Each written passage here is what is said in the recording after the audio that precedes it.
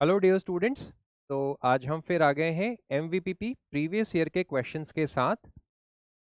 ये portion math का portion है। क्वेश्चन मैथमेटिक्स से रिलेटेड है, अरिथमेटिक के क्वेश्चंस हैं, लेकिन मैथ के सेक्शन में पूछा गया सवाल सब है। तो बहुत सारे क्वेश्चंस प्रीवियस ईयर्स में देखा गया है कि मेंटल एप्टीट्यूड के अंदर अरिथमेटिक के काफी सारे क्वेश्चंस पूछे गए हैं, तकरीबन 10 से 12 क्वेश्चंस, जो कि एक अच्छा खासा वेटेज है। तो इन क्वेश्चंस को आपको बहुत अच्छे से समझना है और सीखना है। हम रैंडम जो भी क्वेश्चंस पूछे गए हैं पिछले सालों में, चाहे वो एवरेज से रिलेटेड हो, परसेंटेज से रिलेटेड हो, रेशियो प्रोपोर्शन से रिलेटेड हो, टाइम एंड वर्क से रिलेटेड हो, वो सारे क्वेश्चंस हम एक एक करके करेंगे। Speed, distance, upstream, downstream, train, इनसे रिलेटेड सारे क्वेश्चंस आज के सेशन में हम करेंगे। इस वीडियो को हमने दो पार्ट में बनाया है। अभी हम पहले 10 क्वेश्चन सॉल्व करेंगे और फिर नेक्स्ट वीडियो के अंदर नेक्स्ट 10 क्वेश्चंस के सॉल्यूशन मैं आपके लिए लेकर आऊंगा। तो दोनों प्लेलिस्ट को जब आप चेक करेंगे तो पिछले सालों में जितने भी क्वेश्चन अरिथमेटिक से पूछे हुए हैं, आप वो सारे क्वेश्चंस का सॉल्यूशन आपको वीडियो सॉल्यूशन मिल जाएगा। तो अब इस क्वेश्चन में आप देखते हैं क्या है। Average weight of a group of 6 girls is 26। पहले तो बच्चों आपको एवरेज का बेसिक कॉन्सेप्ट आपको पता है। एवरेज का फॉर्मूला क्या होता है? एवरेज सिंपल सी बात है, sum of observation divide by total number of observation. Average होता है सम, जो भी ऑब्जर्वेशन है, सम ऑफ ऑब्जर्वेशन। जैसे इस केस के अंदर आपके पास जो ऑब्जर्वेशन है वो वेट्स है, यानी वजन है बच्चों का। Sum of observation divided by total number of observation, ये फॉर्मूला होता है। एवरेज आप 6th 7th क्लास से पढ़ते आ रहे हैं, कोई बड़ी बात नहीं है इसके अंदर। तो average weight of group of 6 girls, 6 लोगों का एवरेज वेट 26 है।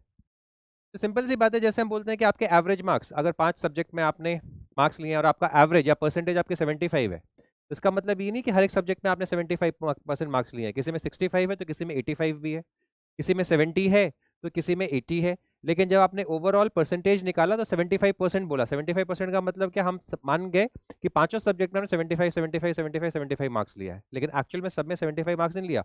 सभी बच्चों का वेट 26 26 26 नहीं है, एवरेज वेट 26 है, लेकिन टोटल वेट तो हम इसे निकाल सकते हैं। टोटल वेट उस ग्रुप का कितना हो जाएगा? Total weight of that group, group of girls, किसका? Group of girls. ये आपने निकाल लिया भाई। 26 को अगर 6 से मल्टीप्लाई करेंगे तो ओवरऑल वेट कितना आ जाएगा? 6 6 36, 6 2 12 और 3 15, तो 156 तो टोटल वेट हो गया। अब इसमें हो सकता है कि किसी का वेट जो है 26 है, किसी का वेट 30 है, तो किसी का वेट 20 भी हो सकता है। तो टोटल वेट लेकिन 156 है 6 लड़कियों का। If we replace a girl of weight 30 in the group with another girl so that new average increases by 5। तो भाई इसने बोल दिया कि नया एवरेज कितना हो गया? न्यू एवरेज बढ़ गया। क्यों बढ़ गया? पहले अगर एवरेज 26 था तो नया एवरेज +5 कर दिया, यानी अब जो नया एवरेज आ गया 31 हो गया। लेकिन 31 कितने लोगों का एवरेज हुआ? अभी भी 6 लड़कियों का ही एवरेज है, लेकिन 6 लड़कियों का जो एवरेज है उसमें क्या हुआ कि एक लड़की को रिप्लेस किया गया जिसका वेट 30 kg था। यानी 156 में से अगर हमने माइनस किया 30 kg, एक लड़की को हमने निकाला, लेकिन साथ में एक गर्ल को हमने ऐड भी किया, तो उस गर्ल का वेट हमें पता नहीं है, उसका गर्ल का वेट हम x मान लेते हैं। लेकिन टोटल नंबर ऑफ ऑब्जर्वेशंस अभी भी 6 के 6 ही है, अभी भी 6 गर्ल्स ही हैं। तो ये आपके पास क्या हो गया? Sum of observation divided by total number of observation is equal to new average. Average का फॉर्मूला यही जो मैंने बताया था आपको। एवरेज का फॉर्मूला होता है sum of observation divided by total number of observation. 156 total weight था, एक लड़की को रिमूव किया, उस लड़की का वेट कितना था? 30 kg, तो माइनस कर दिया। लेकिन साथ ही साथ साइमल्टेनियसली एक नई लड़की को हम ग्रुप के अंदर लेकर आ गए। उस ग्रुप के अंदर जो नई लड़की आई उसका वेट हमें नहीं पता, उसे एक्स माना, डिवाइडेड बाय टोटल नंबर। अभी भी टोटल नंबर ऑफ, एक गई एक वापस आई, तो नंबर ऑफ गर्ल्स तो 6 ही रह गई। तो एवरेज वेट ओवरऑल कितना हो गया? 31। तो ऑब्वियसली ये जो लड़की है इससे भारी जरूर होगी, यानी इससे ज्यादा वजन जरूर होगा इसका। तो अभी चेक कर लेते हैं कि x की वैल्यू कितनी आ रही है। यहाँ से आप सॉल्व कर सकते हैं। 156 minus 30, 6 minus 0 is 6, 5 minus 3 is 2, this is 126 plus x is equal to 6 1 is 6, 6 3 is 18। x की वैल्यू बच्चों कितनी आ गई? 186 में से माइनस 126 करेंगे तो कितना आ गया? 8 minus 2 is 6 and 0। तो आपके पास आंसर आ गया ऑप्शन 4, यानी 60 kg की गर्ल से रिप्लेस किया गया है। 60 किलो की लड़की नई लड़की है और उसकी वजह से तो हमारा एवरेज वेट 5 किलो बढ़ चुका है। नेक्स्ट क्वेश्चन पे चलते हैं। The difference between compound interest and simple interest of a certain some is 10 while interest is provided at 5% per annum for 2 years. Find the sum. बच्चों देखो, इसका एक डायरेक्ट फॉर्मूला होता है, डायरेक्ट शॉर्टकट होता है। ये शॉर्टकट कैसे आता है भी मैं फटाफट बता दूंगा आपको, लेकिन एक बार ध्यान दो। शॉर्टकट, अगर difference between compound interest and simple interest पूछता है फॉर 2 years, तो इसका सिंपली फॉर्मूला होता है P इंटू आर बाई 100 का होल स्क्वायर। ये सिंपल, अभी मैं डिराइव करके भी दिखा दूंगा आपको, लेकिन पहले फटाफट इसका आंसर निकाल लेते हैं। आंसर कितना है इसका? प्रिंसिपल की वैल्यू कितनी है? The difference between compound interest and simple interest of a certain some, certain सम यानी प्रिंसिपल हमें पता नहीं है, सर्टेन सम इज 10। अच्छा, सी आई माइनस एस आई का डिफरेंस कितना दे रखा है बच्चों? 10 दे रखा है। While interest is provided eight 5%, तो आर की वैल्यू कितनी है? 5, यानी 5/100, परसेंट की वजह से ही 100 आता है, अपॉन इसका होल स्क्वायर। तो 5 1 जा 5, 20, यानी 10 इक्वल टू पी 1/20 हो गया, इसका होल स्क्वायर यानी 1/400 ये हो गया। यानी प्रिंसिपल की वैल्यू कितनी आ गई? 10 के साथ 400 मल्टीप्लाई हुआ तो 4000 आ गया। This is the result. तो this is the answer for this question. अब मैं फटाफट बता देता हूँ कि आया कैसे। बहुत सिंपल सी बात है।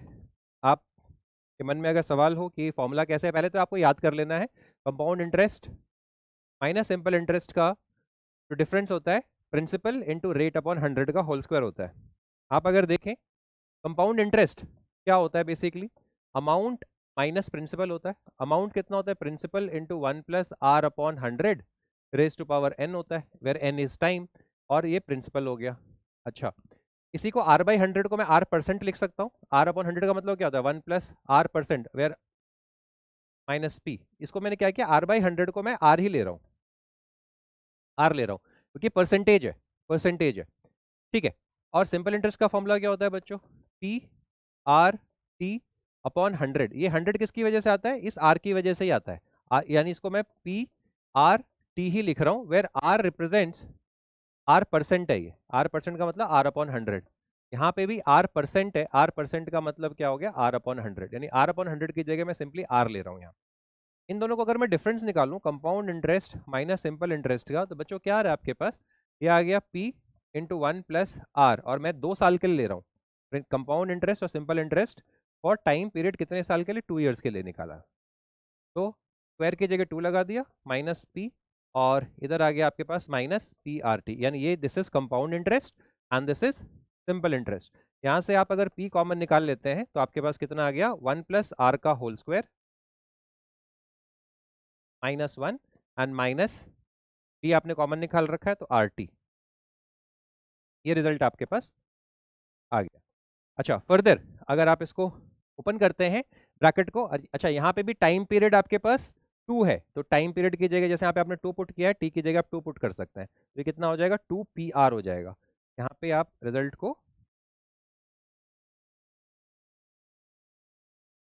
2PR लिख सकते हैं।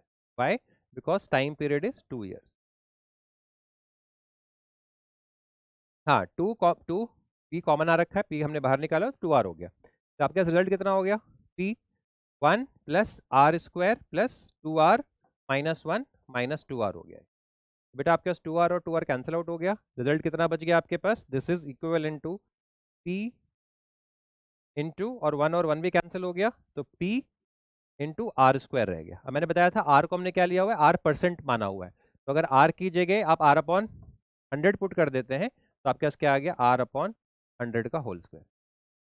तो जस्ट मैंने डेरिवेशन आपको बता दिया, वैसे इसकी रिक्वायरमेंट नहीं थी, लेकिन किसी बच्चे के दिमाग में कई बार बात आती है कि ये फॉर्मूला कहाँ से आ गया सर? ये formula simple P into r by 100, r is rate in percentage, r by 100 का होल स्क्वायर। फॉर्मूला लगाएंगे, डायरेक्ट आपके पास आंसर आ जाएगा।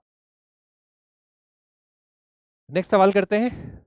तरुण इज यंगर। देखा आपने, इन क्वेश्चंस को सॉल्व करने के लिए आपकी प्रैक्टिस अच्छी होनी चाहिए, तभी आप एमवीपीपी में अच्छा स्कोर कर सकते हैं। सिर्फ आपकी रीजनिंग ही नहीं, आपका मैथमेटिकल पार्ट भी आपका स्ट्रांग होना है। तो यहाँ क्वेश्चन है, Tarun is younger than Fakir by 8 years and ratio of their ages is 7:9। तो भाई 7:9 रेशियो को आपको पता है, इसको आपने मान लिया, let his age be 7x and इसका एज आपने 9x मान लिया। ठीक है, तरुण का एज 7x और तौकीर का एज 9x। अब बोल रहा है कि इन दोनों का डिफरेंस 8 years है, क्योंकि तौकीर तरुण से 8 साल बड़ा है, यानी इन दोनों के एज का डिफरेंस 8 ईयर्स है, सिंपल सी बात है। यानी 9x माइनस 7x कितना हो गया 2x, 2x की वैल्यू 8 हो गई तो x की वैल्यू कितनी आ गई 4 आ गई। x अगर 4 आ गया तो 7 4 जा, इसका एज 28 ईयर्स हो गया और इसका एज 9 4 जा 36 ईयर्स हो गया। इसने पूछा किसका है, what is the age of Taukir, तो तौकीर का एज 36 ईयर्स हो गया, ऑप्शन 1 ही आपका सही आंसर। बहुत सिंपल सा सवाल था, आई होप आप लोगों को समझ में आ गया। नेक्स्ट क्वेश्चन करते हैं। The present age of Ram, Rahim and Robert are in the proportion of 5:7:8। तो यहाँ पे भी हम उसी तरह से मान लेंगे भाई, एक का एज 5x मान लिया, एक का एज 7x मान लिया, एक का एज 8x मान लिया। 6 years ago the sum of their ages is 42। 6 years ago मतलब सब में से 6 साल माइनस कर दो, 6 साल पहले सबकी 6 साल कम हो रही होगी। और क्या बोला है, the sum of their ages 42, इन सबका सम 42 था, यानी 5x minus 6 plus 7x minus 6 plus 8x minus 6। तो सबको ऐड कर देते हैं, 7 + 5 12, 12 + 8 is 20, ये 20x हो गया और माइनस 18 हो गया। ये कितना रिजल्ट दे रहा है, ये 42 दे रहा है। 20x की वैल्यू कितनी हो गई बेटा 60 हो गई, 18 उधर गया ऐड हो गया 60, x की वैल्यू कितनी आ गई 3 आ गई, x की वैल्यू 3 आ गई, सब में x मल्टीप्लाई कर दो, यानी ये 15 ईयर्स का रहा होगा, ये 7 3 21 ईयर्स का रहा होगा और 8 3 24 ईयर्स का रहा होगा। इसमें से कौन सा ऑप्शन सही है, फाइंड द प्रेजेंट एजेस 15 21 24, तो ऑप्शन नंबर 4 ये हमारा करेक्ट आंसर है। तो आपने देखा दोनों क्वेश्चन में सिर्फ पढ़ के उसे कॉन्सेप्ट को समझना था, लॉजिक को पकड़ना था और बहुत प्यार से आपकी क्वेश्चन बन के आपके पास आंसर आ जाएगा। हार्डली 30 सेकंड्स के अंदर आप आंसर निकाल सकते हैं। अगला सवाल करते हैं। A train 125 metre long passes a man running at 5 km/h in the same direction in which the train is going. In 10 seconds the speed of the train is। Okay बहुत बढ़िया। एक ट्रेन है जिसकी लंबाई 125 मीटर है और एक man है जो रन कर रहा है, मान लेते हैं दिस इज अ मैन, और ये आदमी जो है दौड़ रहा है, भाई ये इस तरफ दौड़ रहा है, इस तरफ दौड़ रहा है ये आदमी, और एक ट्रेन है जिसकी लंबाई जो है वो 125 मीटर है। अच्छा, और ये ट्रेन जो है वो 10 सेकंड के अंदर इस आदमी को क्रॉस कर जाती है। लेकिन अब आपको ये ध्यान रखना है, अगर ये आदमी स्टैटिक होता तो डिस्टेंस 125 मीटर ही इसको अपनी ही स्पीड से इसको क्रॉस करना था। लेकिन अब यहाँ पे क्या है, क्योंकि आदमी के पास भी एक स्पीड है और आदमी की स्पीड कितनी है 5 km/h, यानी this person is moving with the speed of 5 km/h। अब मुझे ट्रेन की स्पीड निकालनी है, the speed of the train. इसकी स्पीड, ट्रेन की स्पीड को मैं मान लेता हूं, ट्रेन की स्पीड को मैं v मान लेता हूं और v को मैं मान लेता हूं x km/h, क्योंकि km/h में दिया हो तो इसको मैं km/h में लिख देता हूं। x की वैल्यू मैंने मान ली x km/h। तो आपको पता है कि रिलेटिव स्पीड हो जाएगी, क्योंकि आदमी भी दौड़ रहा है और ये भी उसी की तरफ मूव कर रहा है ट्रेन। तो हमारी जो इफेक्टिव स्पीड होगी जिससे कि ये इस आदमी को क्रॉस करेगा, वो इफेक्टिव स्पीड क्या होगी बेटा, या रिलेटिव स्पीड भी बोलते हैं, वो होगी 125। तो डिस्टेंस है हमारी, जो हमने क्या लिया है यहाँ पे, इरेज कर लो, ये है आपके पास इफेक्टिव स्पीड जो होगी x माइनस 5 km/h होगी। एक बात का ध्यान रखिए, रिलेटिव स्पीड के अंदर अगर एक ऑब्जेक्ट इस तरफ मूव कर रही है और एक ऑब्जेक्ट इस तरफ मूव कर रही है, यानी दोनों एक दूसरे के साथ में आ रहे हैं, दोनों की स्पीड ऐड होगी क्योंकि तेजी से एक दूसरे की तरफ आएंगे, लेकिन एक इस डायरेक्शन में दौड़ रही है, दूसरी इस डायरेक्शन में उसको चेज करने की कोशिश कर रही है, तो इसकी स्पीड को इसकी स्पीड में से माइनस करना पड़ेगा। कॉमन सेंस की बात है, अगर दो ऑपोजिट डायरेक्शन से आ रही है तो दोनों तेजी से आगे बढ़ रही है, दोनों की स्पीड को आप ऐड करेंगे तब उनकी नेट स्पीड या इफेक्टिव स्पीड आएगी। और दोनों अगर सेम डायरेक्शन में मूव कर रहे हैं तो एक की स्पीड में से दूसरे की स्पीड को, यानी बड़े वाली स्पीड में से छोटे वाली स्पीड को माइनस करेंगे, तब जाके नेट स्पीड या इफेक्टिव स्पीड आएगी। तो इफेक्टिव स्पीड जिससे कि इस आदमी को क्रॉस करेगा ट्रेन, वो कितना आ गया x माइनस 5 km/h आ गया। अब हमें पता है कि स्पीड क्या होता है, डिस्टेंस अपॉन टाइम होता है। तो डिस्टेंस की वैल्यू कितनी है यहाँ पे 125 मीटर, इतना अपने ही लेंथ के बराबर, क्योंकि आदमी का लेंथ हम 0 मान के चल रहे हैं कि आदमी का जो ये है जितने लेंथ को क्रॉस करेगा उसको हम कुछ नहीं मान रहे। तो डिस्टेंस कितना है, डिस्टेंस तो ट्रैवल करना है इसको 125, और टाइम कितना दिया हुआ है, टाइम दिया हुआ है 10, और स्पीड की वैल्यू कितनी दे रखी है, स्पीड दे रखा है x माइनस 5, लेकिन क्योंकि x माइनस 5 km/h में है तो इसको मीटर पर सेकंड में कन्वर्ट करने के लिए आपको 5/18 से मल्टीप्लाई करना पड़ता है। फैक्टर आपको पता है, क्लास 6 से आप पढ़ते हुए आ रहे हैं। बस इसको सॉल्व कर लेंगे आप, इसको सॉल्व किया आपने तो कितना रिजल्ट आ रहा है, यहाँ से रह गया आपके पास x माइनस 5 को उधर ही छोड़ दीजिए, तो ये आ गया 125 अपॉन 10 के साथ मल्टीप्लाई कर देंगे आप 18 अपॉन 5 को, तो 5 2 ज़ा 5 5 ज़ा मल्टीप्लाई हो गया, यहाँ पे 5 2 ज़ा 5 5 ज़ा और ये 2 1 ज़ा 2 9 ज़ा, तो 9 5 ज़ा 45, ये कितना आ गया 45 आ गया। x माइनस 5 की वैल्यू है, लेकिन दिस इज x माइनस 5 कितना आ गया बेटा आपके पास 45, तो x की वैल्यू कितनी आ गई 45 प्लस 5 यानी 50, x की वैल्यू आ गई 50। x हमने क्या माना था, x किलोमीटर पर आवर माना था, यानी रिजल्ट कितना आ गया हमारे पास 50 kilometre per hour. This is the answer 50 kilometre per hour. Next question पे आ जाते हैं। अगला सवाल क्या है, a train running at the speed of 60 kilometre per hour crosses a pole in 9 seconds, what is the length of the train. अब यहाँ पे देखिए पोल स्टैटिक है, ये ध्यान रखना, पोल मूव नहीं कर रहा है, पोल स्टैटिक है और ट्रेन मूव कर रही है, तो जो ट्रेन का जो लेंथ है उतना ही लेंथ क्रॉस करना वो डिस्टेंस है उसका। तो यहाँ पे again formula simple, speed is equal to distance upon time.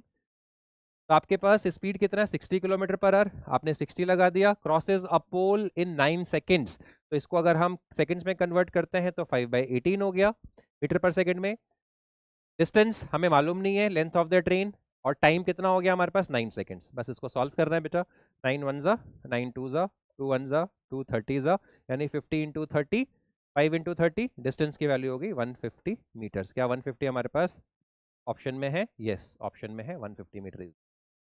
Next question, इस क्वेश्चन में ध्यान रखना है, ये पिछले क्वेश्चन में मैन दौड़ रहा था, इसलिए नेट स्पीड हमने क्या किया था, ट्रेन की स्पीड में से उसकी स्पीड को सबट्रैक्ट कर दिया था।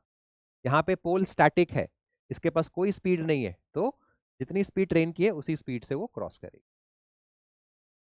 A boat takes 8 hours to move downstream from point P to Q and to return to point P moving upstream if the speed of the stream is 4 km per hour and the speed of the boat is still water is 8 km per hour, what is the distance between point P and Q। समझिए, एक point P है और यहां से point है Q है, एक boat है, 8 घंटे लगते हैं उसको P से Q तक जाने में, P से Q तक जाने में और फिर Q से P तक आने में, point P upstream P to Q and to return to point P, यानी एक बार नीचे जाके वापस आने में उसको कितना टाइम लग रहा है, 8 घंटे लग रहे हैं। If the speed of the stream is 4 kilometre per our and the speed of the boat in still water is 8 kilometre per our. Okay, speed of stream, तो मैं मान लेता हूं स्पीड ऑफ स्ट्रीम हमें दिया हुआ है 4 kilometre per our and speed of the boat in still water, speed of boat हमें दिया हुआ है 8 किलोमीटर पर आवर। तो हमें डिस्टेंस पता करना है P और Q के बीच में। तो बेटा आप मेरे को बताओ, अगर स्ट्रीम की स्पीड 4 किलोमीटर है यानी तेजी से मूव कर रही है और ये 8 है, तो अपस्ट्रीम ऊपर जाते वक्त ऑब्वियसली इफेक्टिव नेट स्पीड क्या होगी, नेट स्पीड क्या होगी बोट की, ऑब्वियसली बोट जा रही है 8 किलोमीटर के रफ्तार से और ऊपर की तरफ मूव करना है बोट को, ऊपर की तरफ अगर बोट को मूव करना है तो स्पीड ऑफ स्ट्रीम माइनस करना पड़ेगा उसमें से, यानी net speed 8 - 4 equal to 4 kilometre per hour होगा। यही इंपॉर्टेंट बात है। इसी तरीके से डाउन स्ट्रीम जब बोट नीचे की तरफ जा रही होगी तो ऑब्वियसली स्पीड बढ़ जाएगी बोट की, एक तो बोट की अपनी स्पीड प्लस स्ट्रीम की स्पीड उसमें ऐड हो जाएगी, यानी नीचे जाते वक्त जो स्पीड होगी 8 + 4 यानी कि 12 किलोमीटर पर आवर इसकी स्पीड होगी।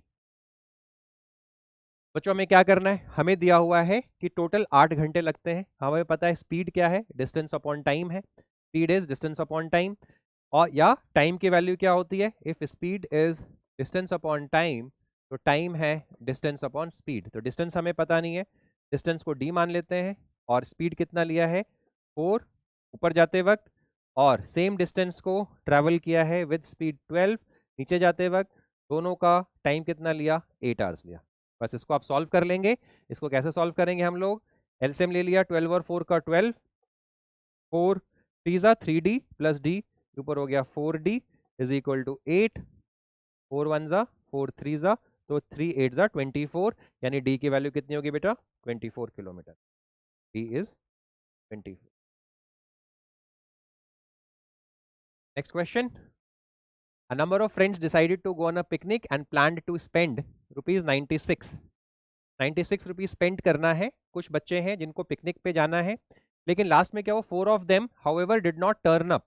तो मान लेते हैं इनिशियली जो नंबर ऑफ स्टूडेंट्स थे, initially x student decided to go to picnic, later on x minus 4 students ही रह गए, 4 बच्चे बैकआउट कर गए कि हम नहीं जा पाएंगे। लेकिन जो खर्च करने का जो अमाउंट है 96 ही है। The remaining one had to contribute ₹4 each extra. तो क्योंकि 96 रुपीज खर्च करना ही है पिकनिक पे, पहले x बच्चों में 96 रुपीज बटता, लेकिन अब x माइनस 4 बच्चों के अंदर 96 रुपीज बटेगा। यानी 96 रुपीज को पर हेड कंट्रीब्यूशन कितना आता, पहले पर हेड कंट्रीब्यूशन 96 बाय x आना था। दिस वाज द पर हेड कंट्रीब्यूशन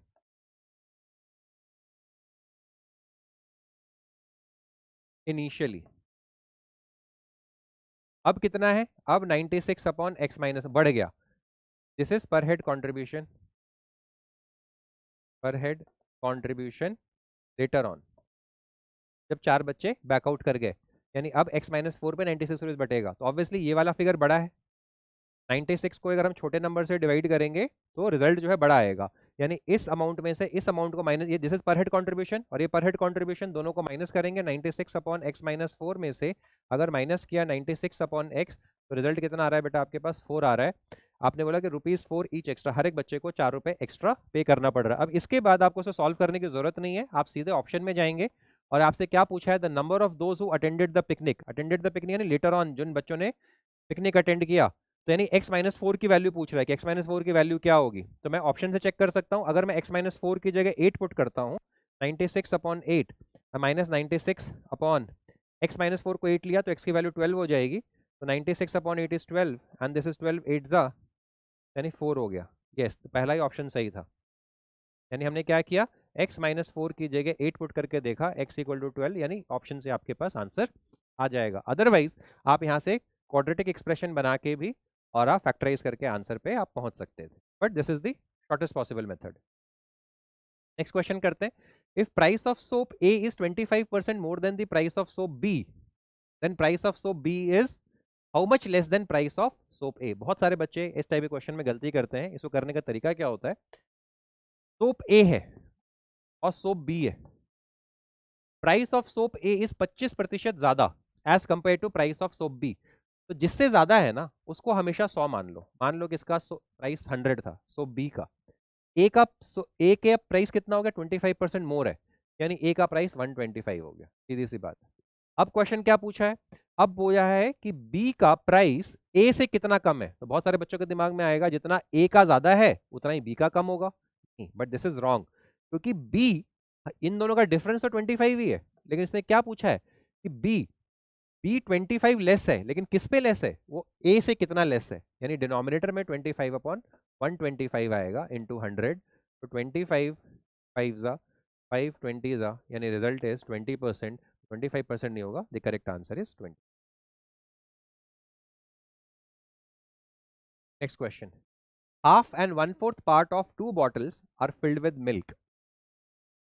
ठीक है, 2 बॉटल्स है भाई, एक का हाफ पार्ट मिल्क से फिल्ड है और एक का 1/4 पार्ट मिल्क से फिल्ड है।